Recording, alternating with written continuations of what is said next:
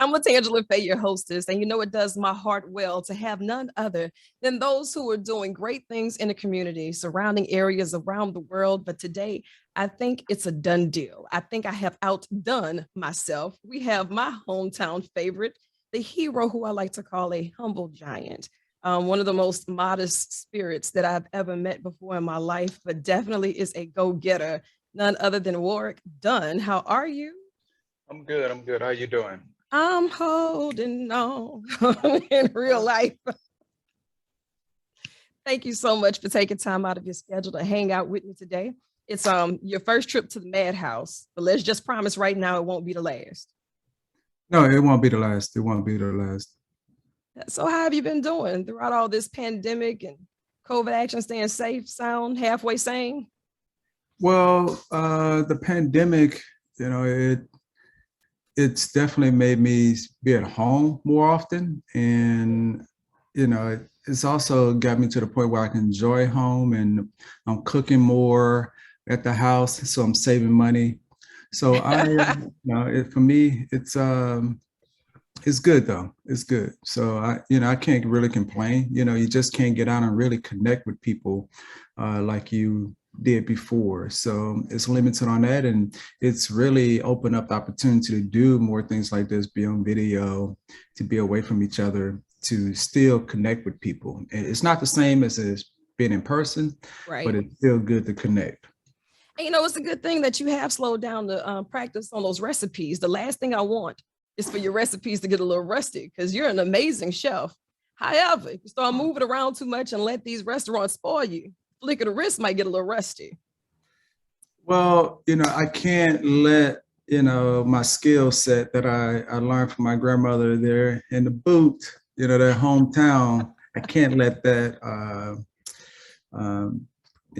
leave. So I got to continue to practice on your craft. You got to practice, practice, practice, practice. Exactly. Repetition is key.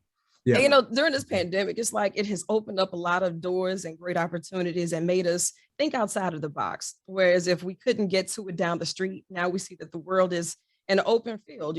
So here it is. We're touching people from this side of the globe to the next. But I have to be honest, this has been the most time I've ever spent with myself. Right. So I had enough time to say, Tan, some of the stuff we like, Tan, some of the stuff we need to touch on it, we need to tackle it, we need to figure it out ASAP. Like whenever you get to those moments, how do you manage to keep yourself creative and constantly going to where you do so much? How do you remain focused enough to keep your team focused? well, I think it's just it's my nature in a sense to, uh, remain on task. Mhm. If I have something I need to accomplish, I'm always trying to get to that finish line to finish that task. But for me, it's important that as a team, we connect. We're all on the same page, and everyone has to do their part. So, coming from a team sport like football, Yeah. I can't be successful without the people around me. So I utilize my team in a way that really helps me be the best that I can be. But I'm also giving them responsibilities that, I can't be successful without you.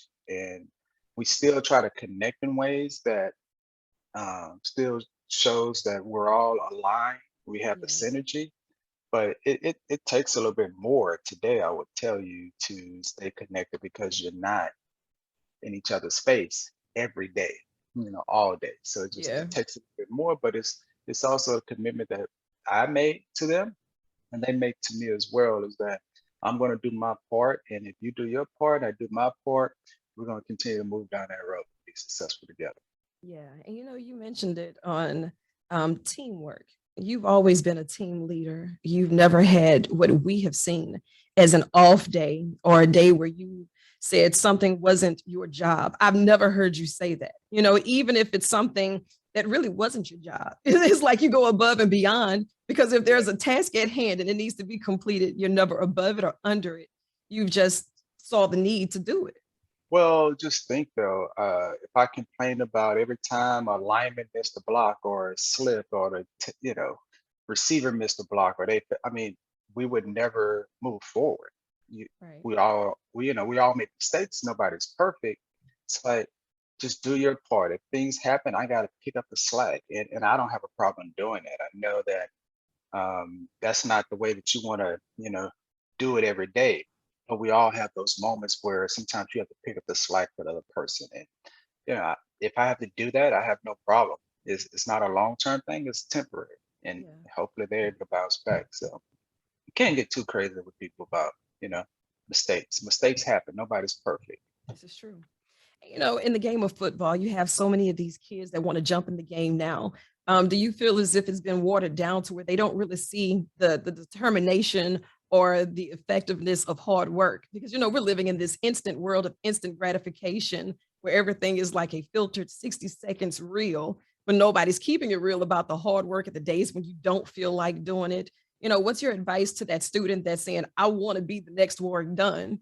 But in today's society, it's almost as if it's a magic wand.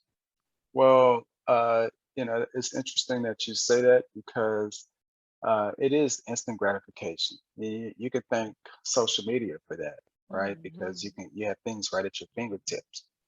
But I try to continue to tell kids that to be successful, it takes work, and work means practice, practice, practice, practice, practice, Right. practice, and it's repetition of doing things that some days you wake up you don't want to do. I mean, I was that way. I mean, I worked out 3 days a week in the off season to get ready to play professional football. I would get up in the morning to run, then I would go to the levee and run up the levee. Then That I would hot lift levy? weight. Oh yes, ma'am. But you put the work in, right? Right. And I would run in the heat of the day because I knew that would help me. And then I would uh, go run it. I mean, go work out in the afternoons. My body's tired. Now I'm working on strengthening my body. And that really helped me, I think, push through so much because when my number was called, I wanted to always be able to show up and perform.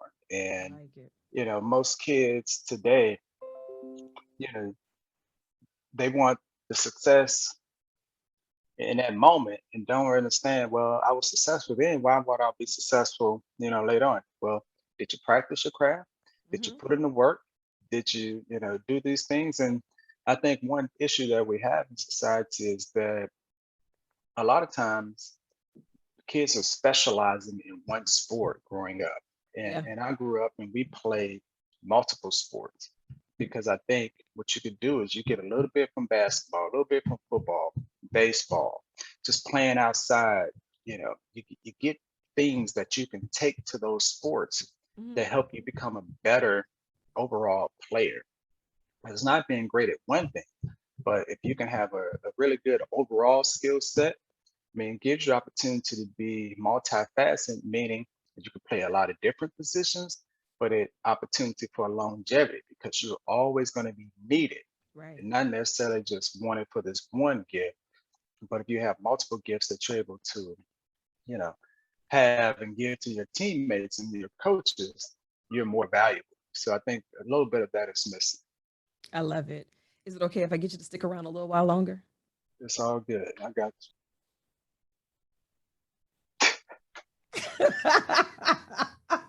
And today we're on the hotline with none other than my fave, Warrick Dunn.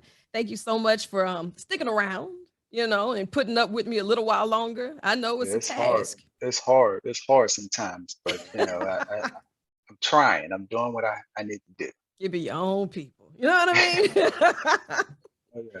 You know Yeah. what, Warwick? You've been doing this Warwick Dunn charities for years, right? And you have been catering to a lot of families. And I really want you to tell us a little bit about the inspiration. And it's easy to get started, but how have you found the inspiration to keep the program going?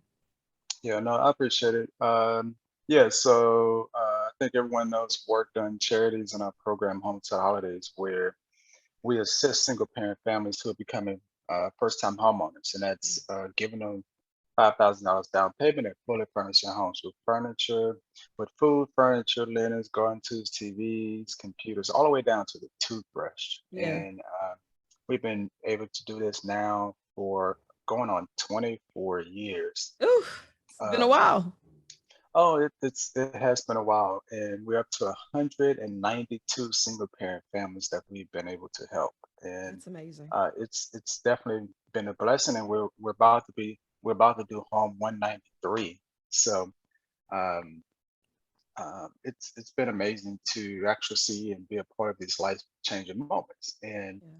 I think for me, what uh, keeps me driven is because I understand what my mom went through.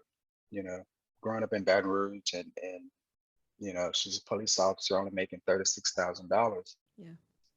Can't really save up money for a down payment, or if we did move to a house, couldn't afford to fully furnish it. Yeah. So this program was really born out of her desire to be a homeowner. And I just think I've been able to now expand the program. I hope I don't get the numbers wrong, but into 15 states now, That's and powerful. 24, I may get this wrong, markets. So we've We're close, just somewhere continued in to the grow. ballpark. Yeah. So we've just been able to grow, but we've also added Count on Your Future, which is a financial literacy program where Mhm. now we really try to incentivize families, not just focus on checks and balances, but to save money, spend money on need, but also start a savings account. And Right. if they invest $500 in a savings account, we will match them up to $500. So now you got $1,000 in a Right. savings account. Um, and we have another program, and they have access to a financial advisor for at least 2 years. That's good. So That's good. that's kind You of know, a lot of people, they'll get in the situations of getting the homes, but keeping it is another situation. And the that's last thing always you a want challenge. is to set Yeah, them up and then you're setting them up for failure. So putting yeah, these resources and these tools and saying, I'm walking yeah, hand in hand with you, that's yeah. important. And they should never miss the lesson because that's the financial freedom and the wealth and the wholeness of the family itself in building a stronger communities. Well, yeah, well, financial responsibility is a huge part in home ownership, Yeah. but we've also tried to expand where now we have a program scope, a healthy food initiative where we try to help families cook quick, healthy meals, use coupons when they go shopping, Yeah. and now build their own vegetable box, and grow their own foods in their backyard. So we've really just tried to grow in that part. And we have a scholarship program, Hospital Community Service, where we give out $5,000 now, scholarships to individuals who need continuing education or Yeah. need assistance with school, but they're also involved in giving back in their community. So That's awesome. we've really been able to grow over the years, and it's really just come organically. Nothing that was forced, but just Mhm. trying to figure out these are the needs of individuals. How can we help them? And we just try to figure out ways that we can better people's lives, but they have to do their part. We don't give anything away. Most people think we just give homes. Yeah. No, we help people that are helping themselves. You do your part, and I'll do my part in the system. So Yeah. it really falls back on the individuals doing their part. And see, and that's the level of accountability that we all need. You know, we have too many people that feel as if the world owes them something or because work has it, work should give it. You know, but what you're giving is an opportunity, not just to get in a home, but to better yourself, to make better decisions for your family. So that way you're growing better children and they're understanding the importance of it, you know, because kids are sponges. And as you've been working with the youth for so long, you'll see Mhm. that, you know, and they'll help mom and dad make better choices from the menu to spending habits to even some of their moral values, you Right. know? It's Yeah, important. yeah, yeah. No, it is important. And you have to lay the foundation, but for me, housing does, does that. If you have Yeah. stable housing, you really set the foundation for a kid to be productive, more engaged in society. They Yeah. perform better in school. So we want to give families a true opportunity to, not just for the parents, but for the kids, to change their futures and their outcomes, hopefully. So Yeah. that's the goal. But again, they have to do their part. We can start you down that road, but you have to do the work. And we really want to push people to be the best they can be. I love it. And you know, I know that you're based in Atlanta, but Baton Rouge is always home for you. As Mhm. you're building more opportunities, how is it that the community that you know and love is home and that you always cater to, you've never forgotten about the city? How can we become more involved in helping you and your movement? Well, I know that we had been to Baton Rouge, and we were trying to get there. COVID stopped that. So we're going to try to come back. But I've also tried to push my people to now we need to go and do more. You know, this is where everything started. So how can we be more involved and get more individuals from Louisiana and Baton Rouge? We're all just involved in the financial literacy scope, but how can I now go in and try to help people in housing? So that's what I'm gonna try to push forward. Coming up is how can I be much more engaged? But if individuals want to learn more, they can go to wdc.org, or you can follow the charity on Instagram, WD Charities, Warrick Dunn Charities, Facebook. It's WD Charities on Facebook and Instagram, WD Charities as well. So it's never hard just to find in follow. these streets. Yeah, just put the name in and you'll find the organization on the social platforms, but you can see what we're up to. You can see all the opportunities that we have because we make announcements of the scholarship program, you know, financial literacy program, all those things, you know. So more people on social than they are going to websites, but you still need them. Right. You're just a button away. And I appreciate you so much for taking time out of your schedule. And I want you to think of this as an extension of your office. You know, so if you send a bird call, Tan, I need something. Tan, I want it done. You got it. It's a done deal. All right. I hear you, girl. You went back with that one. Bird calls. I like it. I like it. And as soon as you get back, I'll see you soon. So, you know, go ahead and dust off those recipes. We're going to have us a cook off. I hope you're ready. Yeah. Well, yeah. You know, break I out like your to easy cook. bake oven. I can make it. I can make it happen. You know, they call me Chef Boy, your homeboy. So, you know, that's what it is. All right, and there it is. So listen, I want you to get out, chase the sun, or let the sun chase you. But either way, get after it. I love you, and there's absolutely nothing you can do about it.